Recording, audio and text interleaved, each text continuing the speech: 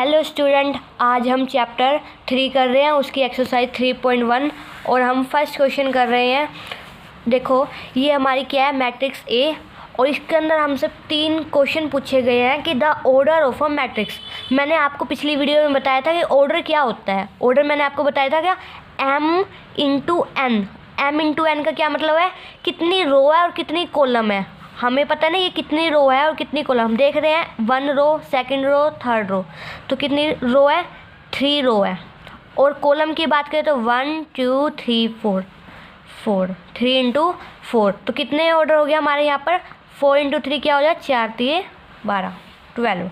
अब बताना है the number of element. The number of element का क्या मतलब है कि इस मैट्रिक्स में एलिमेंट कितने हैं, यह हमें पता चल जाएगा। अगर हम रो और कॉलम को मल्टीप्लाई कर देते तो यहाँ हमें एलिमेंट भी पता चल जाएगा कि हमने अभी पीछे देखा है कि रो कितने हैं हमारे यहाँ पर 3 और कॉलम कितने हैं 4। 3 इंटू 4 12। सेम ऐसे थर्ड कि राइट द एलिमेंट।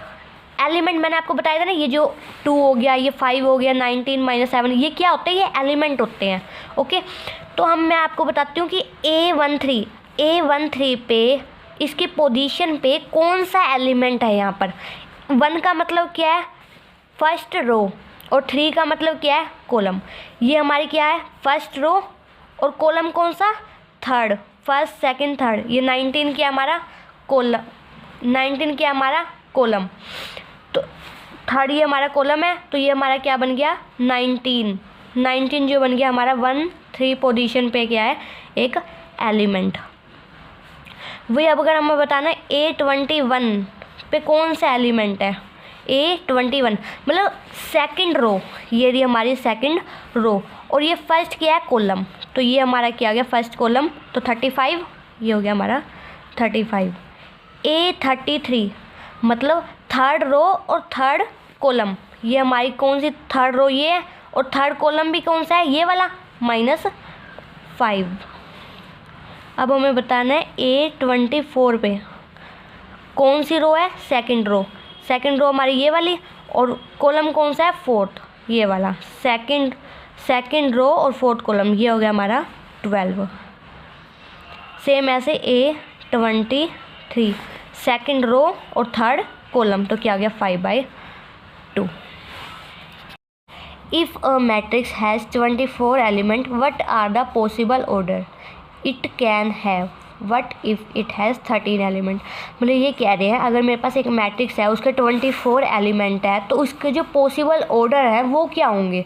हम देखते हैं, जैसे हमारे को इन्होंने कहा कि टोटल एलिमेंट है, टोटल एलिमेंट हमारे कितने हैं 24। अगर हम इसको हमारे को क्या बताने हैं, पॉसिबल ऑर्डर, तो वो कैसे होंगे कि अगर हम रो को कॉलम के साथ मल्टीप्लाई कर देते हैं तो हमारे को एलिमेंट पता चल जाएंगे कि कितने हैं, कितने ऑर्डर बन रहे हैं हमारे। तो हम देखते हैं 1 इंटू 24, अगर मैं एक रो लूँ और 24 कॉलम लूँ तो हमारा एक पॉसिबल ऑर्डर बन रहा है। और ऐसे ही मैं अगर 24 इंटू 1 लूँ, 24 क्या है, ये रो है, और 1 क्या है, कॉलम, तो ये बन सकते हैं पॉसिबल ऑर्डर, हाँ बन सकते हैं। सेम ऐसे 2 इंटू में 12 लूँ, मतलब 2 रो लूँ और 12 कॉलम लूँ, तब भी हो सकते हैं। और उसी का उल्टा करूँ मैं, यहाँ 12 इंटू 2 करूँ, तब भी ये बन रहा है। 12 इंटू 2 क्या होंगे, 24, 12 रो हो जाएंगी और 2 क्या हो जाएंगी, कॉलम हो जाएंगी। ऐसे 3 इंटू 4 नहीं, 3 इंटू 8 तब भी हो जाएंगे, और 8 इंटू 3 करूँगी तो मेरे तब भी हो जाएंगे। और वैसे ही फिर मैं क्या कर सकती हूँ, 4 इंटू 6 और 6 इंटू 4 करूँगी, तब भी इसके पॉसिबल ऑर्डर बन जाएंगे। तो हम यहाँ देख रहे हैं हमारे यहाँ आगे हम कर सकते हैं, अगर मैं 7 करूँ, कुछ 8 करूँ, ऐसे करूँ तो हो सकता है, नहीं बन रहे हमारे 24 के, क्योंकि हमने 24 इंटू 1 भी कर लिया, हाँ सारे हो गए।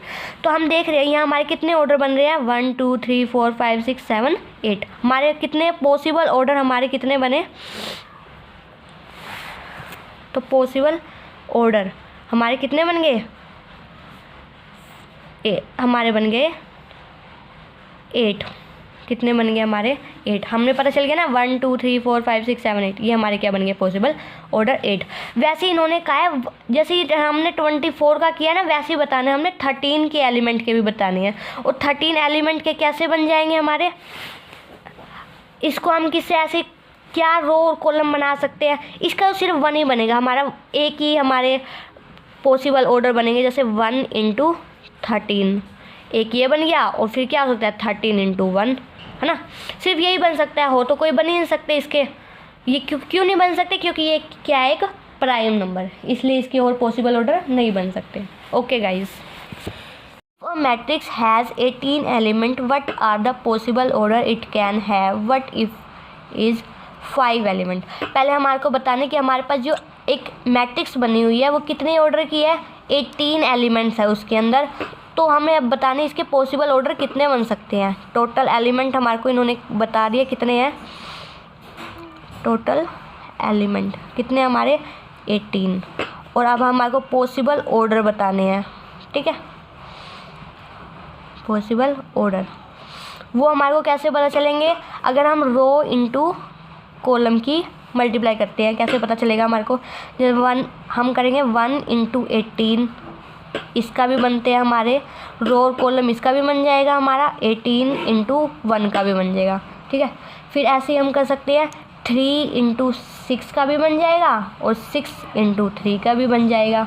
ओके, फिर ऐसे हम और देख सकते हैं और कैसे बन सकता है, किसका बन सकता है कि हाँ 2 × 9 का भी बन सकता है और 9 × 2 का भी बन सकता है ना। तो और हम देख सकते हैं और किसका बन सकता है, हमने 118 कर लिया, हाँ हो गया। तो और इसके कोई और पॉसिबल ऑर्डर नहीं बन रहे हैं। तो हमारे यहाँ पॉसिबल ऑर्डर कितने हो गए, ये मैंने पॉसिबल ऑर्डर लिखा है कि हमारे कितने हो गए 6, कितने हमारे इसके पॉसिबल ऑर्डर हो गए 6। ऐसे ही हमने करना है 5 के हमारे पॉसिबल ऑर्डर कितने हो सकते हैं।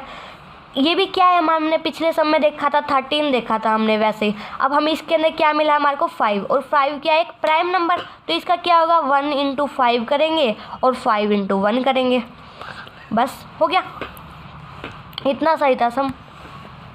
ओके।